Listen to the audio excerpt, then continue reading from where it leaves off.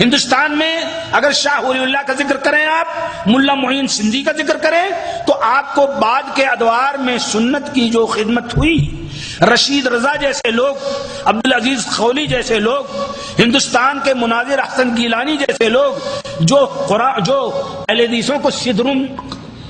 قلیل سے تعبیر کرتے ہیں، تو ایسے لوگ بھی اس بات کا اعتراف کرتے ہیں کہ اس تسلسل نے ہندوستان میں حدیث کو زندہ رکھا۔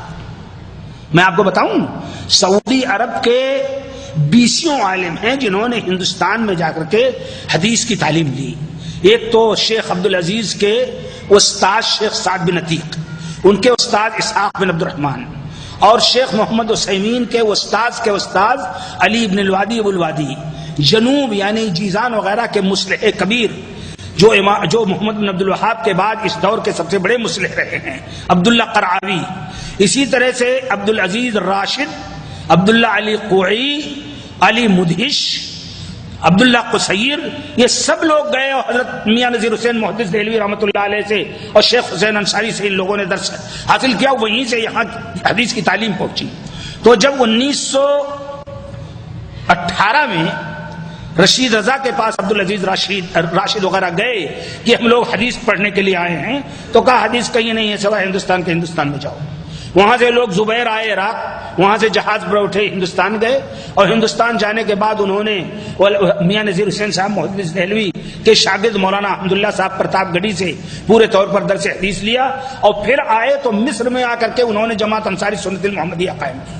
اسی طریقے سے شیخ سعد بن عتیق جو یہاں کے بہت بڑے قاضی تھے، انہوں نے مکے میں بھی بیٹھ کر کے درس دیا اور جگہوں پر بھی، اور یہ تاریخ پھیلی۔ تو ہندوستان میں جو حدیث کی نصرت اور حدیث کی نشر و اشاعت اور اس تسلسل کے قائم رکھنے کا فریضہ انجام دیا گیا ہے، اس میں سیاسی لوگوں میں تو محمد تغلق، شہاب الدین غوری، محمود غزنوی کے ایک وزیر تھے، قفال مروزی محدث ان کے استاد، ان لوگوں نے، اور اسی طریقے سے اکبر شاہ اس تھانہ کے نواب، اور اسی طرح سے بھوپال کے نواب اور عالم اور مجتہد نواب صدیق حسن خان، اور حیدرآباد کے نواب وحید الزماں، اور اسی طریقے سے اور لوگ ہیں، میں اس تعداد میں اگر جاؤں تو رات بیتے گی۔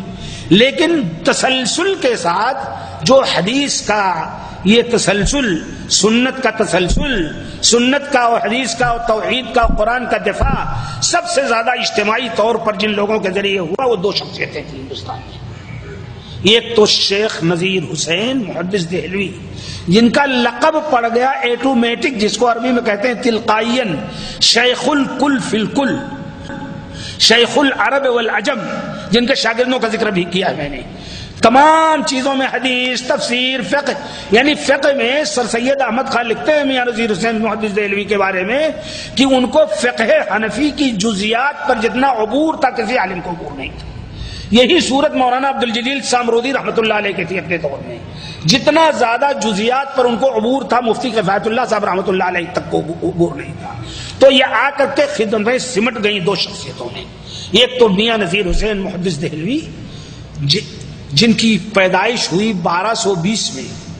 اور وفات ہوئی 1320 میں،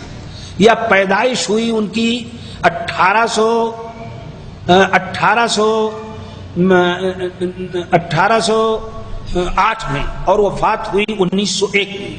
اور یا شیخ حسین ابن محسن الانصاری الحدیدی الامانی جو حدیدہ صنعاء کے تھے، نواب صاحب آئے تھے، ان کا جہاز خراب ہو گیا تو وہ حدیدہ میں اترے، وہاں کی کتابیں نقل کی، شیخ حسین بن محسن الانصاری محدث کو لے گئے، ان کی پیدائش، ان کی وفات 1327 میں ہو گئی ہوئی۔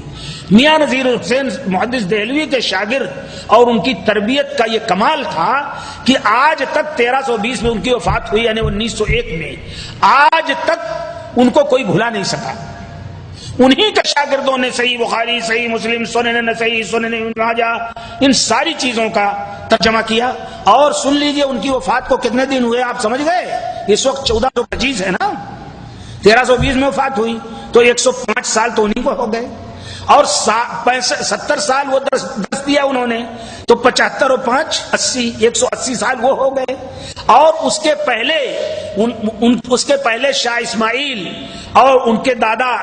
شاہ ولی اللہ اور ملا معین، ان لوگوں نے جو درس دیا، تو میاں نذیر حسین محدث دہلوی ہی کو ہو گئے ان کی جدوجہد میں 200 سال۔ اب جو لوگ اس انداز کی الٹی بات کہتے ہیں کہ یہ مسلک سنت یا اہل سنت والجماعت کا جو طریقہ ہے یا اہل حدیث کا یا سلفیوں کا جو طریقہ ہے وہ 100 سال کی یا 75 سال کی پیداوار ہے، یہ کتنی غلط بات ہے، کتنی نامناسب بات ہے۔ آدمی کو وَلَا يَجْرِمَنَّكُمْ شَنَآنُ قَوْمٍ عَلَىٰ أَلَّا تَعْدِلُوا، کسی کی مخالفت، کسی کی دشمنی تمہیں اس بات پر آمادہ نہ کرے کہ تم انصاف نہ کرو۔ اعدلوا هو اقرب للتقویٰ، اور تاریخ تو آپ سے انصاف کرا لے گی،